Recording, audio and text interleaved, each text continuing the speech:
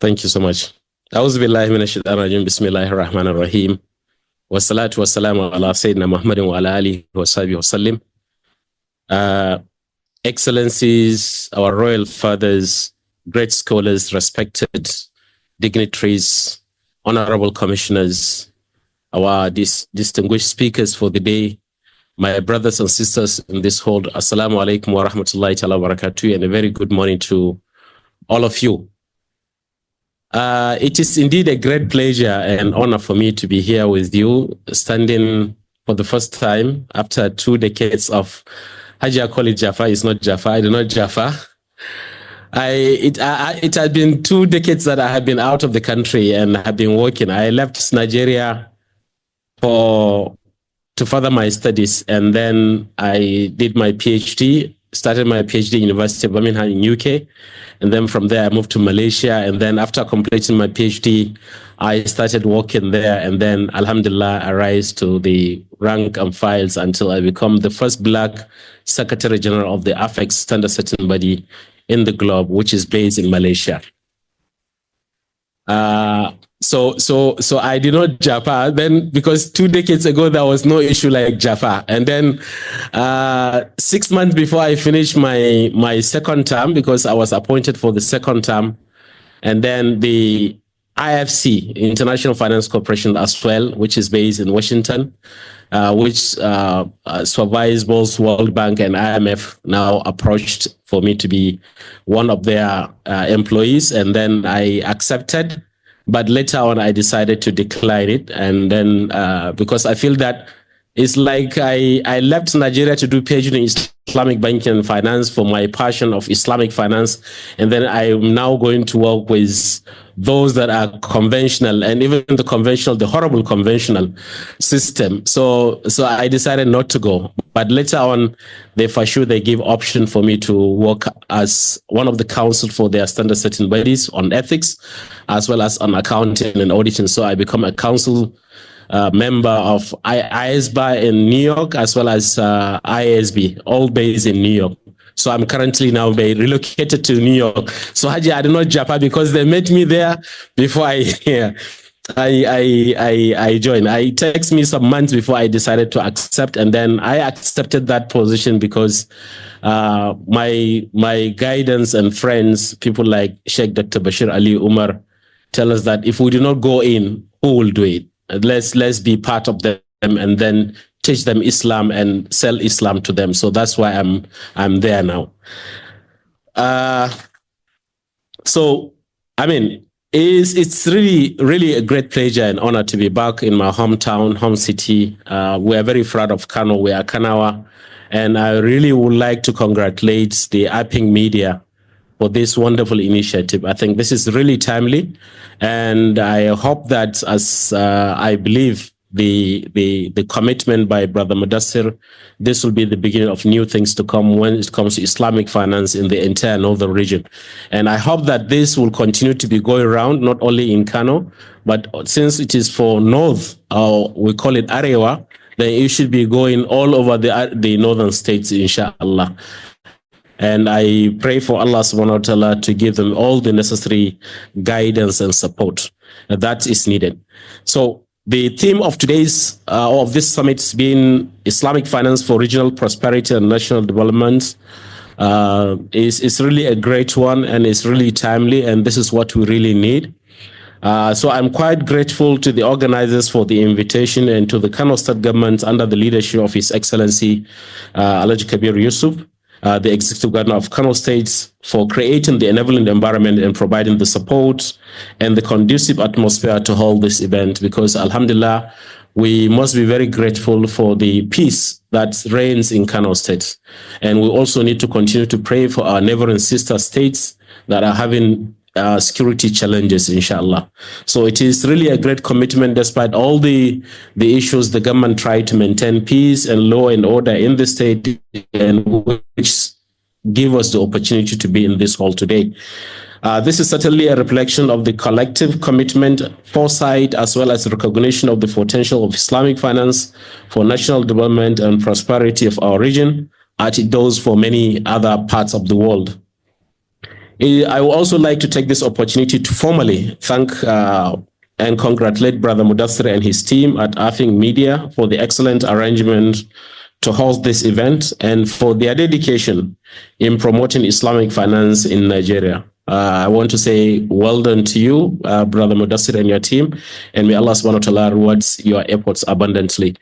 I remember very well the brother came to meet me one of those holidays that I came, and he met me in my hometown, Danbatta, and he told me that he wants to contribute to Islamic finance and where can he start? I said, start with the media. That you create the awareness and that will pull you to make it relevance, inshallah. And alhamdulillah, I'm really proud of you and I congratulate you for this achievement. Now, if I understand the theme of today's summit or of this summit, Arewa Islamic Finance Summit, very well, is we are trying to understand that how are we going to leverage on the Islamic finance to build our region in terms of infrastructure, in terms of financing, in terms of social security, in terms of equality of income distribution, and so on.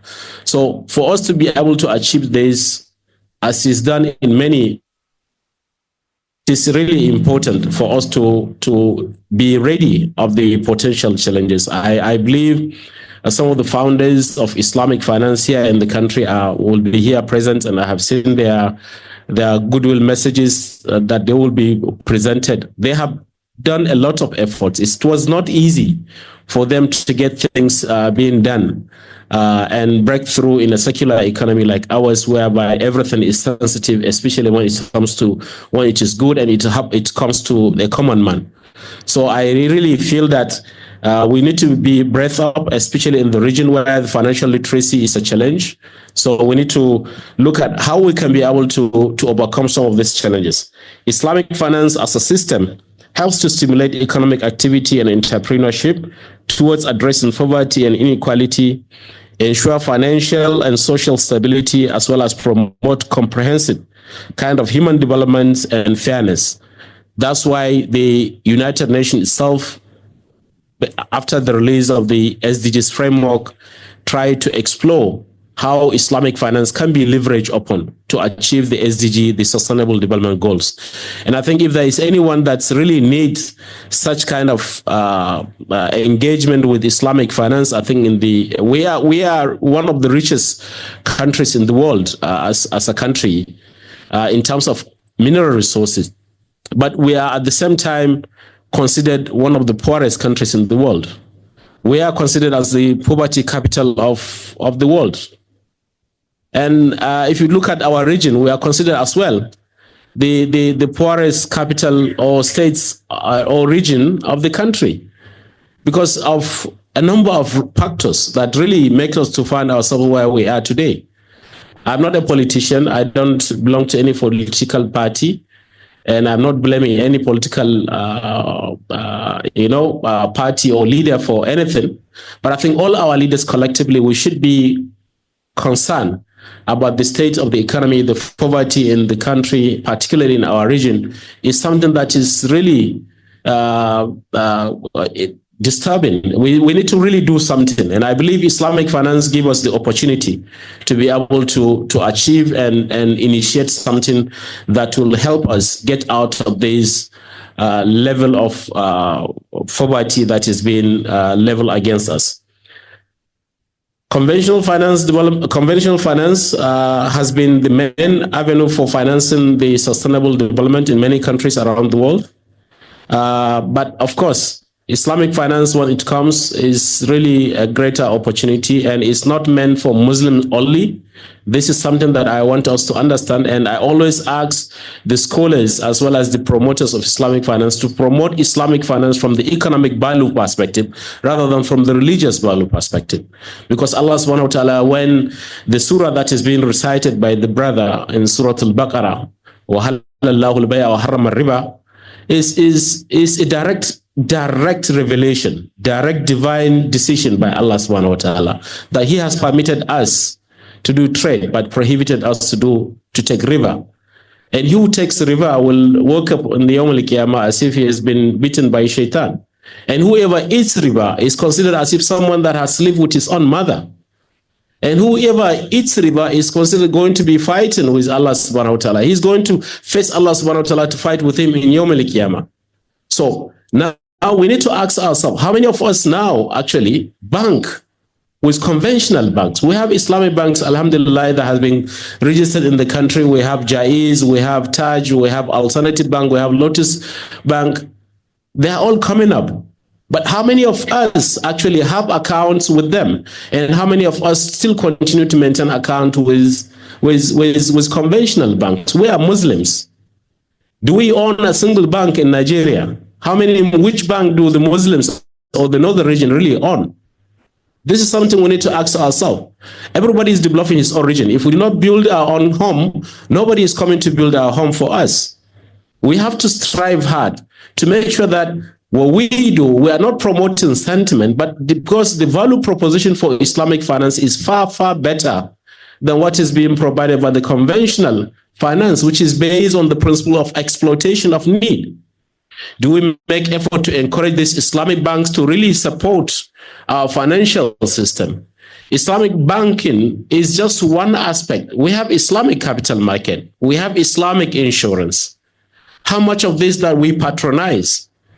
How much commitments are our resources being allocated in our set budgets? How much do we allocate it for Islamic financial institutions or Islamic finance project? We need to be mindful of the fact that Allah subhanahu wa ta'ala will surely ask us about this. Islamic finance at global level is now 3.3 trillion US dollars. 3.3 US dollars, and is actually growing rapidly on year on year growth of about averagely 4%. I mean, this slowdown, it was 6.8%, but because of the COVID-19, the lockdown and so on, the growth actually slowed down to 4%, which is actually similar to that of conventional finance. But we are more growing rapidly than even the conventional finance. So, and then if you look at global sectors, sector by sector globally, the Islamic banking assets out of this 3.3 trillion is about 72% of it. The capital market, about 29% of it. And the insurance sector is just less than 1%. Actually of this percentage, of this amount. So now, if you break down these figures into region, the GCC, which is basically the Middle East countries, consider almost 52% of the global Islamic financial total assets. Out of this 3.38 trillion US dollars, 52% is actually in the GCC. And what is the population of the GCC? If you combine the entire GCC countries, their population is not more than Kano and Lagos, or not more than Kano and Sokoto combined. So this is something that we really need to look at carefully. And then the sub-Saharan region, Asia, followed the GCC with about 29% of the assets, and the Middle East and North Africa, which is like including Tunisia, Morocco, and others, they are also constituting about 12% of the total assets. How much is the sub-Saharan Africa? 0.7%. Nigeria being the fifth largest Muslim population country. We are number 5 in terms of Muslim population. And then in terms of natural resources, we are the 6th oil producing nation. We are one of those countries that has more than 100-year reserves of natural resources. But why are our resources? They are in the conventional system. And why is the population in sub-Saharan Africa? They are all Muslims, majority. We are 1.8 billion Muslims, but the sub-Saharan Africa and other, we account for almost 480 to 500 million Muslims. This is really something that is very important. Time, right? All right, I will try to be quick, and I don't want to take much of our time, but I think coming back to our region, for regional development, I would like to perhaps maybe advise us to look at some of these concerns that I have in mind, which with global experience and moving around in IFSB, we deal with about 58 countries, and I was like a council member for 81 central banks around the world. I go around and I see the development and I see how Islamic finance really help achieve infrastructural development. You go to Malaysia, for those that have visited Malaysia, they will see the Twin Towers, they will see so many infrastructure development. You see Emirates Airline, you see Qatar Airlines. Who finance all these assets? They are financed by Islamic finance. The Islamic capital market, the Islamic insurance, as well as the Islamic banking play a significant role in development of infrastructure in these countries. We have the Al-Majiri issue. Why can't we really deploy Islamic finance to address these social problems? We have seen in Malaysia how they converted social menace of drug addicts through the issues of Sukuk to address and manage some of these issues. So we want to see the state government. If in the history of Nigeria, only Osun and Lagos state governments has attempted to issue Sukuk, what's happening to the northern states? This is something that we really need to bring into the table. You want to develop your own business. You want to come up with a corporate Sukuk. You will really be happy to see the wonders, because for Islamic finance is far cheaper and more efficient and more effective. And it's actually why it's being deployed in many countries is because it is corruption proof. There is no diversion of the fund. You cannot take the funds anywhere to other uses, but it will be linked and hinged to the real economic development. So this is something that we really want to see. Energy crisis that we have, our textile, all of us in this world, nobody is wearing made in Nigeria clothes. These are all imported by China. Why can't we issue Sukuk to really revive our textile industries, to create the enabling environment that we crash down the prices of China products? We don't have to be wearing expensive Swiss laces. We should be mindful of our economy and then be wearing just anything simple in our own design. So I think that a lot can be done, and I'm hoping that in the course of these 2 days of this event, inshallah, we'll be able to see a great deliberations and discussion on how to deploy more of Islamic finance to develop the northern region and for us to prosper as people. We have everything that it takes. The Fintech is there, AI, crowdfunding, peer-to-peer lending. These are all innovative fourth industrial revolution initiatives that we can leverage on. We are blessed with the youth that are very capable and brilliant in terms of IT. Why can't we leverage on them? Give them the capacity, help them, let them develop all the necessary tools that is needed. We need to start thinking of being financially independent and economically independent. I believe with everybody's commitment, with the continuous support of this kind of event by our state governments and our leaders, especially the corporate investments, will be able to be the Islamic economy hub of the West African region, inshallah. On this note, I would like to once again thank the organizers for giving me the opportunity. My speech is very lengthy. I couldn't go through it if I want to say what I want to say. So I leave it to the organizers. If they want, they can share it. But I in view of time, I want to thank you for listening to me, and I wish us a very successful summit, inshallah. All the best. Assalamu alaikum wa rahmatullah.